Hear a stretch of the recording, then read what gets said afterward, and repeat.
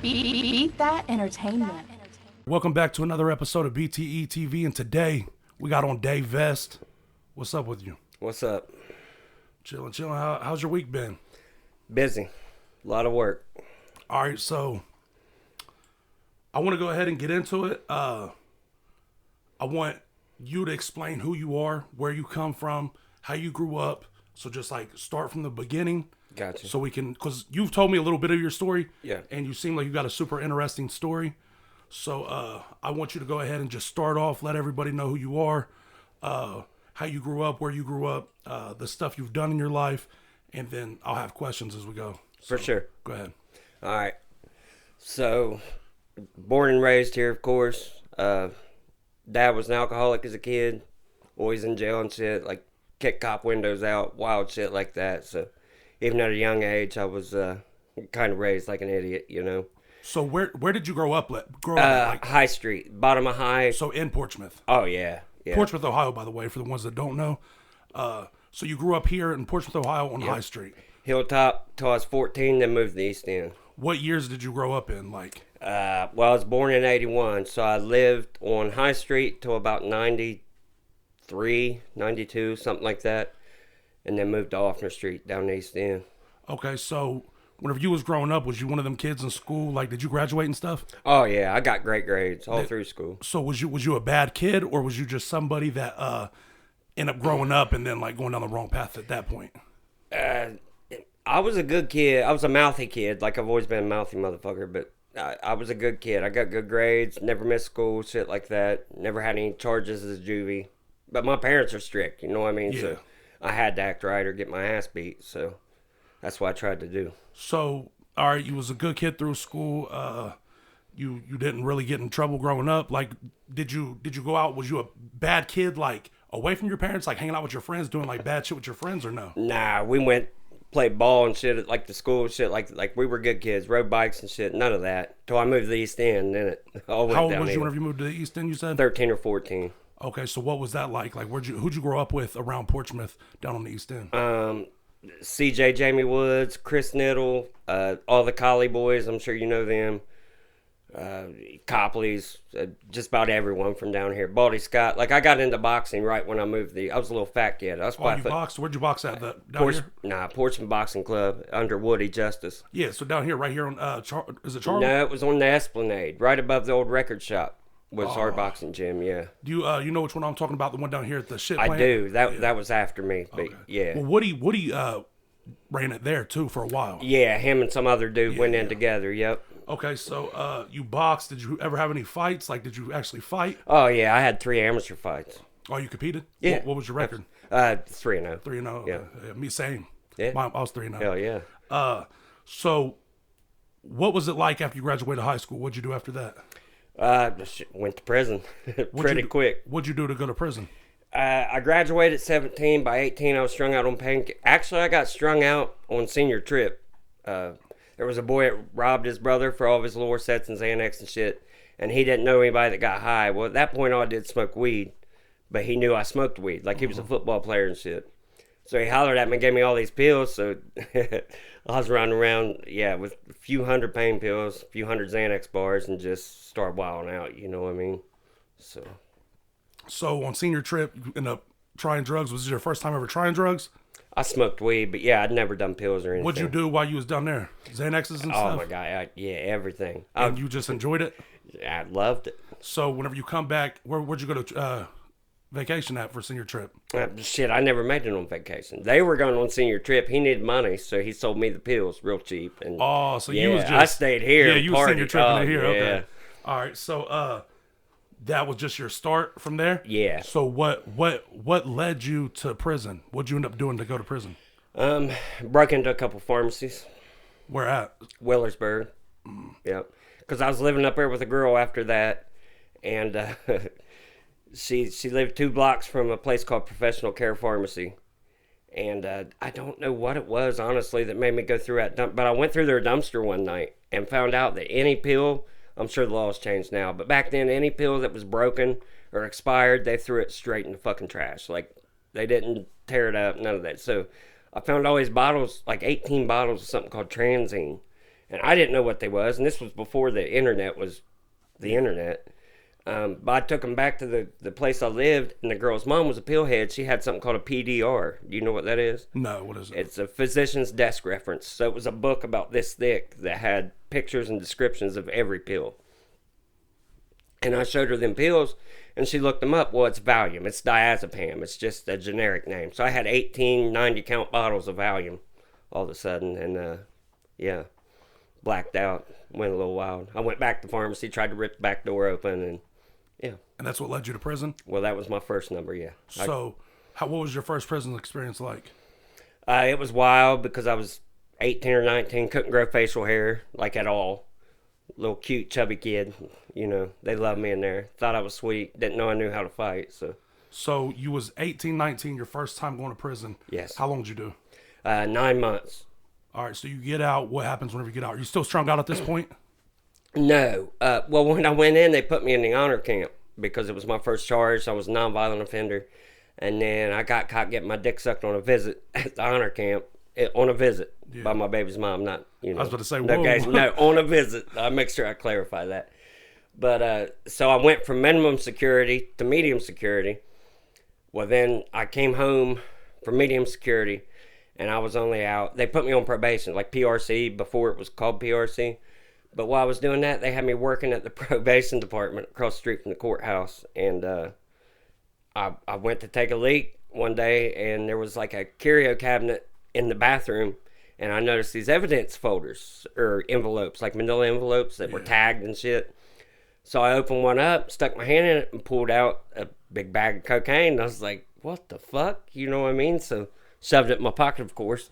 Went home at night, come back, did more community service the next day, but I snuck in there and went through it. And bro, it was anyone that had ever been on probation and got arrested and had drugs on them, they stored them in that probation department. Like, illegal as fuck. That's the only reason I didn't end up doing 100 years, is they improperly stored evidence. So this is whenever you got out of prison, right? Yes. So you got out, how old was you at this point? 20, I think. So you got out, how did you know, you got caught stealing out the evidence? Well, so I ended up going back 3 times. First time I broke in at night, like I crawled up on the roof and shit, guerrilla style. And that's when the county jail was across the street and the courthouse up top. Mm-hmm. And I think it was Michael Rideout, Joey Clark, a bunch of them boys see me. They're trying to fish out the window for dope, and I'm over there crawling in the probation department window. And they're yelling at me and shit. But I crawled in there and stole all the drugs that I could get. And then, of course, 2 days later, I was out of drugs. So I went back because I knew there was more shit in there.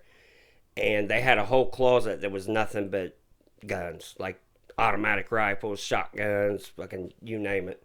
So I started carrying that shit out of there. And I left more, though. Like, I made it to where you couldn't really tell I'd been there unless you were doing an evidence check type shit.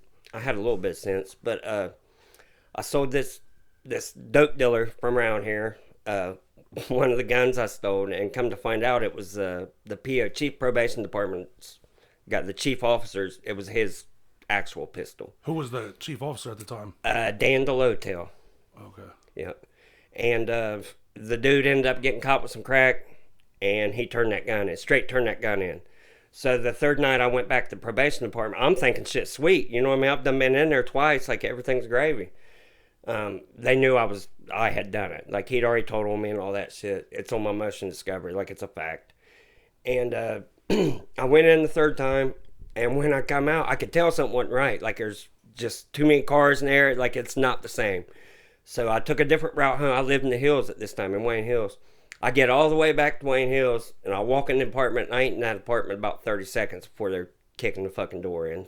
SWAT team, like, laid me down on the ground, of course, with assault rifles and all that shit. So. How long did you do in jail that time?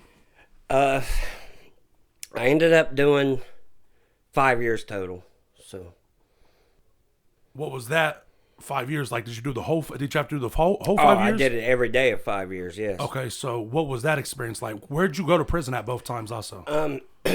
So on the 5-year sentence, I was supposed to go to a place called Warren, which was close security, but it was sweet. Yeah. And it was full. So they sent me to Lebanon, which is close security. But Lebanon is not sweet, especially for a white boy. It's all Dayton and Cincinnati boys, you know what I mean? So luckily I'm not a bitch. Like, I'll fight. I don't care. So, but it was still rough. Like, there's not that many homies there because it's all the way up by Cincinnati. Yeah. And, you know, you just get in where you fit in. So you being a white boy in prison, did you have to join, like, what are they called? The ABs? nah, Anything like AB, skinhead, area. There's 100 of them groups. You didn't have to join nothing like that? You just did your own shit? Did my own shit. Okay, so you do your 5 years. So how old are you at this point whenever you get out? What, like 25, 26? I think 26, 27, something like that. So, Yep. So you get out of prison the first time. You're out for, what, a year maybe? Not even months. Couple months. So then you go right back. Yep. You do a 5-year bid that time. Whenever you get out, what are you doing? You're obviously, you on parole at the time? No, because I did day did for the whole day. time? I did Okay. every day of my time, so I wasn't on no paper. So you get out, what'd you end up doing then? I started working at Bob Evans in New Boston as a grill cook, and then met some chick there. We started dating. Lo and behold, she strung out on meth. I didn't know it.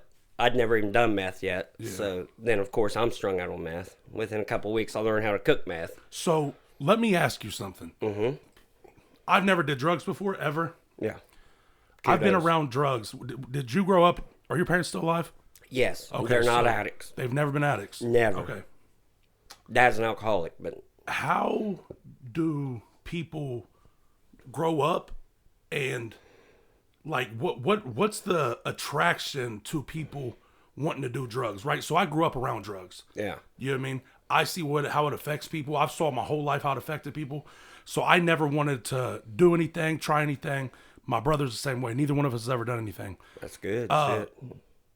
I want to know why people are so attracted to doing drugs and living that lifestyle whenever they see how nothing ever good comes of it. You lose everything. You look like shit. You Yes. spend all your money. You don't have nothing nice. Nothing. Because there's no successful drug addict ever. No, absolutely not. You know what I mean? So I don't understand how people just get, and people think, oh, I can just do a little bit, or boom, boom, I can do this, and it's not going to affect me. Eventually it does. You know what I mean? Absolutely. Same way with drinking. Do you know what I mean? Drinking's the same way. You Yes. drink so much, you get addicted to it. You know what I mean? Absolutely. And don't get me wrong, drinking's fun, but I don't want to be addicted to drinking, right? No. So, but what my thing is, though, is what was your, being around a female, what was your, how did that, like, persuade you to end up trying meth and cooking meth? So with the meth itself, it's kind of different, but drugs in general, like, I'd never done any drugs, but I was a sheltered child. Like, I had to be in before the street lights was on type shit. Like, I'm not spending the night at random places. I can't, they were pretty disciplined. On you? Yeah. Yes. And I think that's what made me, once I started hanging out with these other kids from the East End and shit, and these girls, like, bitches and shit, of course I wanted to do whatever they're doing, so they're all smoking weed, doing pills and shit. I'm like, shit, here, I'm in there. Like, I can do this, yeah. Not only am I going to do it with you, I'm going to make sure I got more of it than anybody. That way we can share, girls. Shit. So you get started on meth. How long was you addicted to meth for? Probably about 8 months. 8 months? But it was about the roughest 8 months of fucking life. And I've been addicted to several things. What made you get off meth? Well, you said you've never done drugs. So, meth's the dirtiest, nastiest fucking drug there just is. Like, and it weirds you out, bro. Like, it's kind of like cocaine in the mental frame, but it's worse because you're from Portsmouth. Yeah, You know I've been around tweakers. it, yeah. You've seen fucking tweakers. Like, it's bad, bro. So, it just, me and the girl that I was dating from Bob Evans, the girl that started getting me high, once I found out, like, well, I knew she had kids, but I didn't know how absent she was from their life. So once I figured that out, I was like, bro, something's got to give. Like, you need them kids. Like, she wasn't even seeing her kids and shit. So, and I ended up dating that girl for 8 years. So it was like a serious relationship. 8 years? Yeah. Did she get clean with you? Yes, we both got clean. Okay. Her parents lived out in bumfuck Memphis, and we ended up going out there for about 3 weeks and just crashing out. Didn't know nobody. Didn't have we done sold our car. Like, we fucked everything up in life. So what was your lowest point in your addiction? Like, when did you realize, like, yo, this is, like, what's your worst experience with being in addiction? Oh, when I blew my heart up with cocaine, lost all my toes. You ain't got no toes? Not on this foot. I got 2 on this one, though. Oh. Yeah. So Cocaine, bro. Cocaine. how long ago was that? About 2 years ago. 2 years ago. So not that long. How old are you? 42, I think. All right. Roughly. Yeah, roughly. All right. So you blow your heart up. You lose all your toes. Have you been clean since that? So, no. I come home and was clean for about a week. And then my coke dealer wanted some weed, so he hit me up, get some tree. And of course, he didn't have cash. He just handed me a bag, and I didn't say nothing. I took it and rolled. Right in the back of my mind, I still wanted to get high, you know what I mean? But I had a truck, a Ford F-150, and my neighbor was building a pool, or putting a pool up, and they needed sand. So they asked me if I'd take them up to Willersburg, McGovney's, or whatever the fuck, I forget what it's called. You know what I'm talking about. Yeah. To get sand for the pool. So I drove them up there. Well, they paid me on the way for doing it, gave me $100. So I stopped on the way and buy a couple 50 packs of powder. And we get up there and get the sand, and then we're coming home. And remember, this is after my surgery. Like, I ain't got no toes at this point. And a cop blue lights me in New Boston. So I'm like, oh my fucking God. And at this time, I was using a horse syringe from fucking Rural King or one of them stores I done stole. And you've never done drugs, so you probably don't even know what I mean when I say horse syringe, but it's like an 18 gauge needle, bro. It's like sticking yourself with a roofing nail. Like, it's bad. It's a big fucking... That's what you were shooting up with. Yeah, at that point, yeah. But I got one in my pocket with no cap on it. Like, just straight needle in my pocket. Yeah. And this cop, he pulls me over and he says, I noticed you was swerving. And I said, well, yeah, I just, I've only been out of the hospital a few weeks. Like, I ain't got no fucking toes. I'm not used to driving. That was my excuse. I could drive fine. I was just hiring fuck. But he pulled me out of the car, put my hands on the hood, and patted me down. In my head, bro, if he'd have stabbed himself with that needle, I'm never coming home. Like, it's over. So I'm a nervous fucking wreck. And when I got out of the car, I dropped the packs and stepped on them, trying to cover it up, and then pulled my shoe off so I could show my toes and shit. Like, I'm slick, you know what I mean? So he put me up against the car and patted me down, didn't feel the needle. I was so fucking thankful. And he ended up deciding that the boy that was with me, my neighbor, who I was getting the sand for, could drive the truck back. So I'm like, bet, I'm cool with that.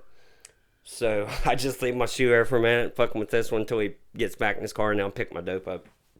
Get in the car, dude drives us back. And I told him, I said, bro, listen, this is what I was doing. I had these packs on me. But I'm throwing this shit away. Fuck this shit, Yeah. And that's the last time I got high. Like, after that, fuck that. Yeah. Okay, so that was about 2 years, though. Yeah. 2 years, roughly. 18 months, 2 years in that. Okay, so you just said a minute ago your coke dealer hit you up wanting some weed. Yeah. So, can you get into that or no? Do you want to? Oh yeah, I don't give a fuck. So, bro, I moved them into my house with me no, before all this. I'm saying I'm talking about how you made money. Can you talk about that? Oh yeah, I sell tree Okay. like shit. Yeah. Okay. I sell the fuck out of weed. Okay. So, how old was you whenever you started selling weed? Like, when'd you get in the weed game? The first time I come home from prison, so like 22 or so. But then when I started running Jeep, the vape shop. Yeah. We're a head shop, so I got 100 people a day coming in to buy bongs and pipes and papers, and I got the best weed in town. You know what I mean? So of course I blew up, like flourished off from it. So, how much weed do you think you was moving at the time? Oh my God, I was going through at least 10 pounds a week. So, how much money was you bringing in? A stupid amount, like enough to do anything I wanted. Like, I stalked Jelly Roll when he first come out. All the way to fucking Red Rock, Colorado, bro. Like, literally, I've been to about 70 Jelly Roll shows. Yeah, I've been to one. I saw your Facebook. Yeah, you pictures with him. Yeah, Oh, yeah, I've met him a few times. But I was trying to be his weed man. That's all I wanted in life at one point, was to be Jelly Roll's weed man, bro. Yeah, I mean, that'd been cool. Oh, you bet your ass. Okay, so you get out the weed game, obviously. Mm-hmm. You get back to working. So, whenever you're in the weed game, what made you say, all right, I'm done with the weed game? Well, I never really quit. Honestly, what happened was I was so gone on cocaine that people's hitting me up. I'm so fucking spooked. I can't deal with them. So I'm hiding shit in mailboxes and just being weird, because when you're bugged out on cocaine, it's weird as fuck, bro. Like, to put it in perspective, I've got a $1,700 mattress, and I cut the motherfucker all the way around because I thought there was something in it moving.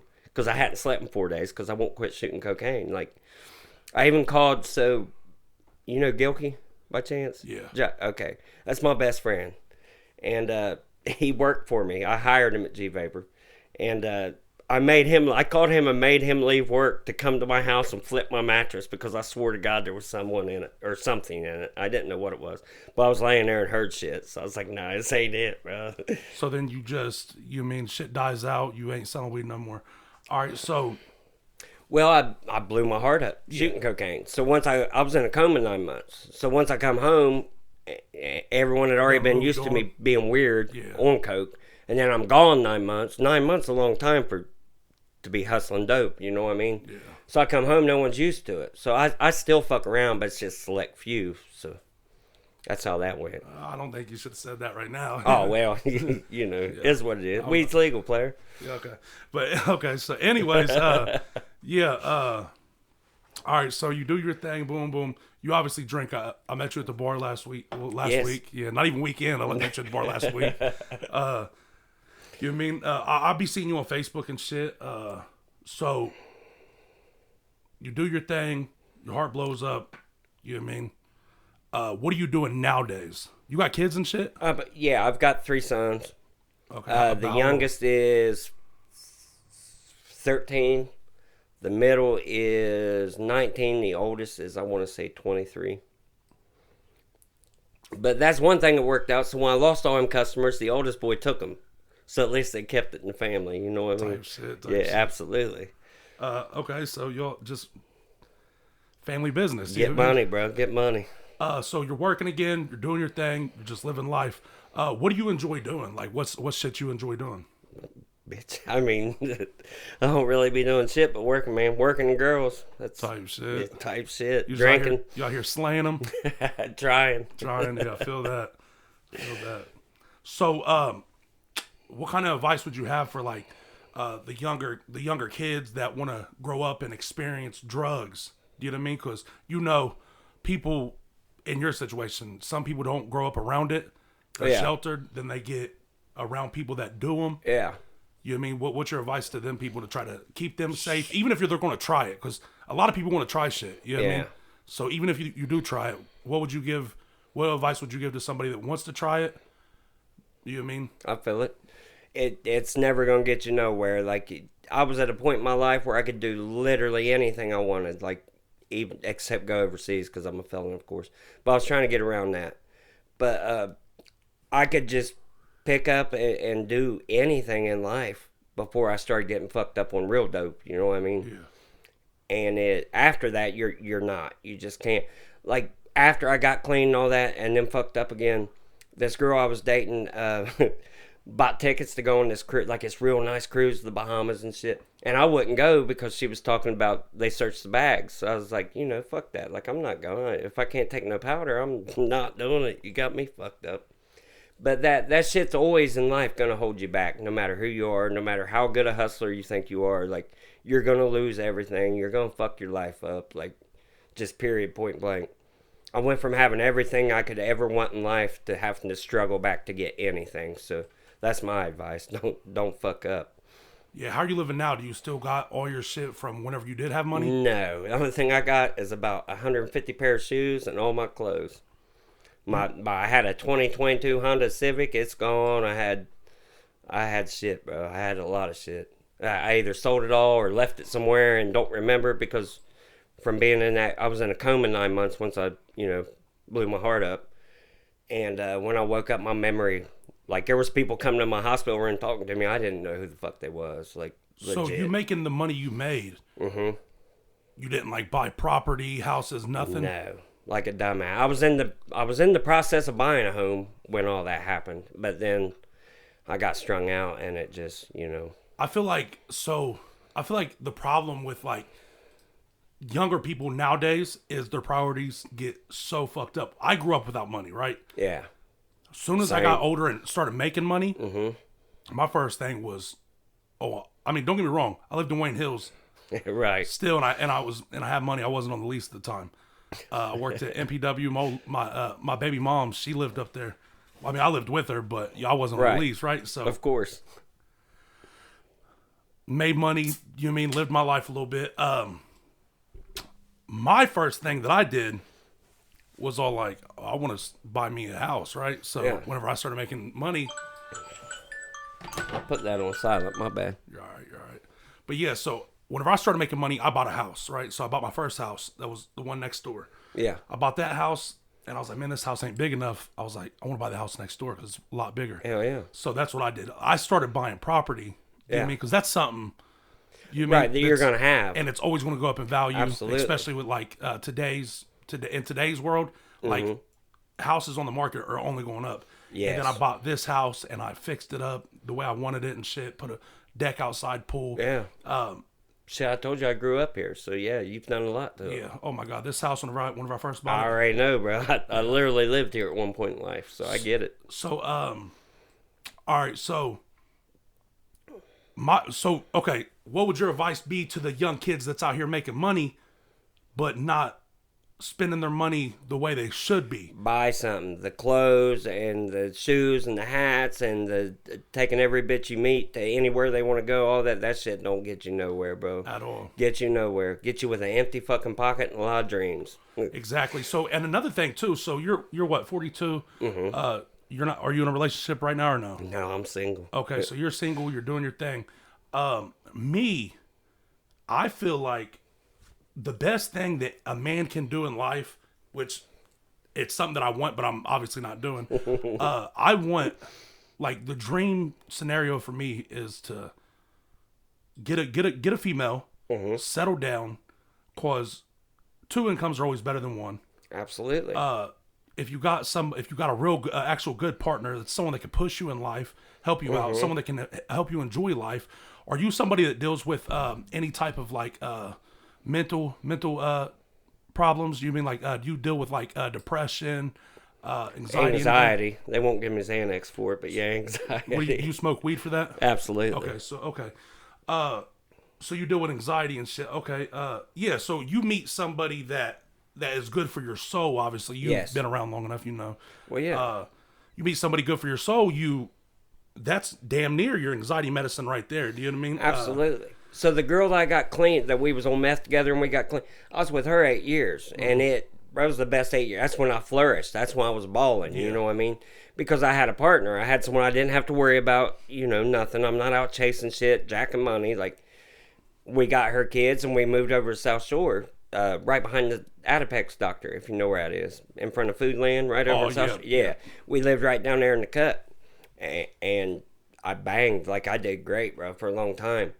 But then she got strung out on rescuing animals, which sounds insane. Yeah. It sounds absolutely insane.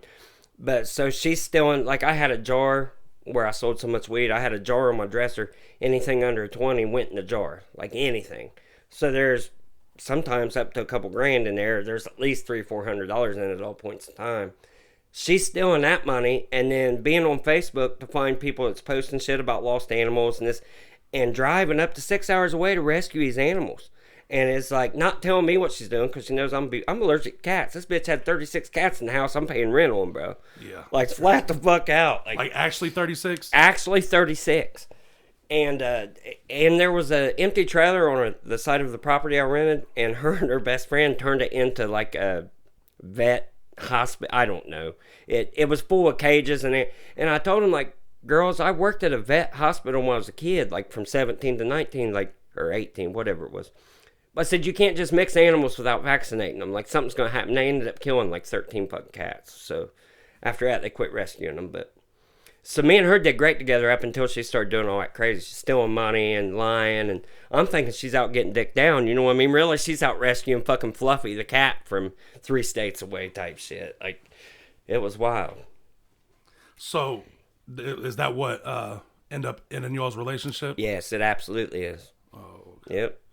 I just couldn't do it. Like I told you, I'm literally allergic to cats. Like, my eyes swell shut, my face gets big and shit. Like, yeah, I couldn't keep living like that. Plus, she's taking all my money. Like, I'm hustling to make money. Bitch, you're spending on cats. Like, I can't do this shit. What was you hustling at that time? Weed? Just weed. I ain't never, well, I sold pills and shit when I was younger. But, yeah, I ain't never done nothing but weed as far as hustling goes. So when did you get in the weed game? Mm-hmm. When I come home from prison the last time. Oh, so you was like 26? Yep, started running the vape shop and shit. Oh, okay. So how long have you been working at the vape shop? I worked there for I think like 12 years, and then of course when I blew my heart up, I was gone for a while, and then I've been back there a couple months. So I got like 13 years, something like that altogether. You make good money there and shit? Oh yeah, I do all right. All right, man. Well, shit. Anything else you want to talk about? Anything? I think we covered it all. I mean, we didn't go super deep in detail, but I don't remember all the details, so it works out. Yeah, well, like I said, I mean, this, bro, you know what I mean? This is the first one. I mean, I'm sure we can come back and talk about more shit. Absolutely. This is the first interview we've done in the new studio. Just set it up last night. Hell yeah. Looks good in here, bro. Thank you, bro. Yeah, we talked about doing it. I told you we'd do it. Yeah. So we fucking here we did are. It. We did it. Anyways, thank you for coming on, bro. Absolutely. Had a good Thanks time. for having me. Stay clean. Absolutely. There ain't no choice. All right, man. Well, hope you all enjoyed. Like, share, subscribe. You know what I mean? We're out.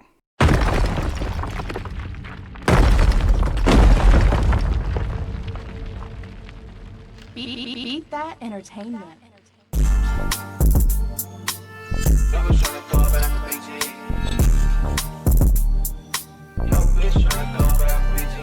Yo, bitch tryna throw it back for BTE. Your bitch ain't coming home cause she outside with the team. You know we roll running by the back, no sleep. 200 on the dash, baby, this SRT. Big dog, your nigga ain't fucking with me. Bright star lifestyle was kinda hard to copy me. Janky, FNA, Janko got a key, get stanky. Praying to the Lord, my soul key.